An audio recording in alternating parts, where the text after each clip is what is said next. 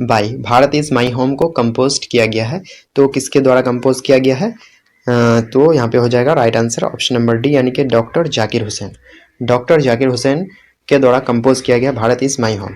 वैसे जो है जो ऑथर्स नेम है, राइटर्स नेम, इसके लिए मैं ट्रिक बना चुका हूँ, तो आप उस वीडियो को जाकर के देख लीजिएगा, प्लेलिस्ट में दिया हुआ होगा। आप उस वीडियो को जाकर के देख लेंगे तो आपको बिल्कुल भी राइटर्स नेम चाहे प्रोज हो या फिर पोएट्री सेक्शन हो, बिल्कुल भी आपको उसमें कोई भी दिक्कत नहीं होगा याद करने में, आपको बिल्कुल आसानी से याद हो जाएगा। नेक्स्ट क्वेश्चन क्या कह रहा है, नेक्स्ट क्वेश्चन देख लेते हैं। कह रहा है Bharat is my home is a oblique an. Bharat is my home ये क्या है?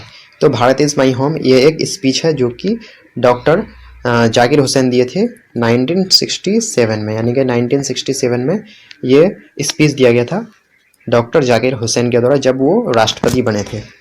नेक्स्ट है doctor Zakir Hussain became the president of India in. तो डॉक्टर जाकिर हुसैन जो है इंडिया के प्रेसिडेंट बने थे, राष्ट्रपति बने थे कब? तो 1967 में, तभी वो ये स्पीच दिए थे भारत इज माई होम।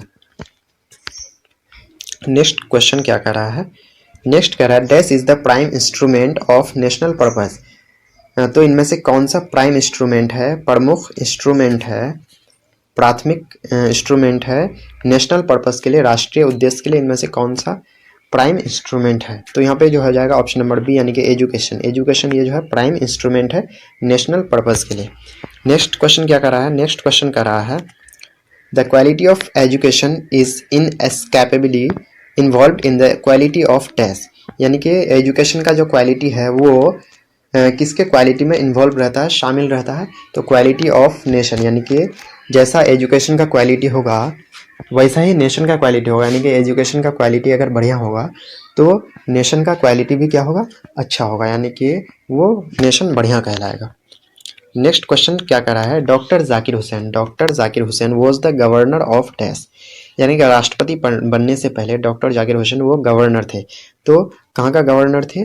तो वो उससे पहले राष्ट्रपति बनने से पहले बिहार के गवर्नर थे। चलिए नेक्स्ट क्वेश्चन क्या कर रहा है, नेक्स्ट क्वेश्चन कह रहा है doctor Zakir Hussain feels greatly obliged to the people of dash. Doctor Zakir Hussain जो है वो महसूस करते थे बहुत ही ज़्यादा आभार, बहुत ही ज़्यादा शुक्र गुजार थे, कहाँ के लोगों का? तो क्योंकि वो इंडिया के थे तो इंडिया के लोगों का, यानी कि option number C right answer हो जाएगा।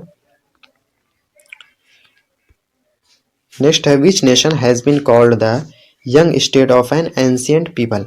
यानी कौन से नेशन को, कौन से राष्ट्र को कहा जाता है young state of ancient people, यानी कि प्राचीन पीपल का, प्राचीन लोगों का यंग स्टेट कहा जाता है? कौन से राष्ट्र को? तो कहा जाता है ऑप्शन नंबर सी इंडिया को।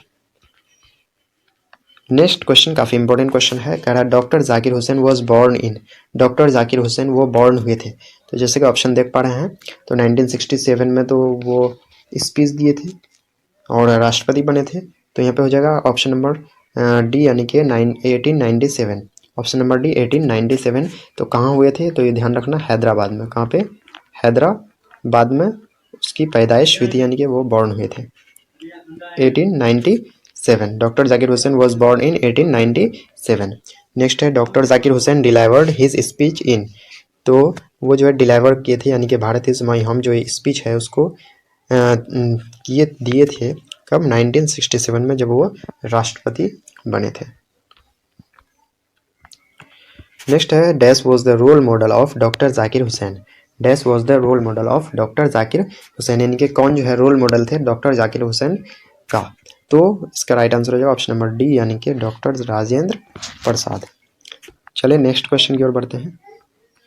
नेक्स्ट क्वेश्चन कर रहा है doctor Zakir Hussain was a great dash. Doctor Zakir Hussain जो है वो एक बहुत ही महान क्या थे? नेशनलिस्ट थे, यानी कि बहुत ही बड़े राष्ट्र नेता थे, यानी कि कहने का मतलब राष्ट्रवादी नेता थे।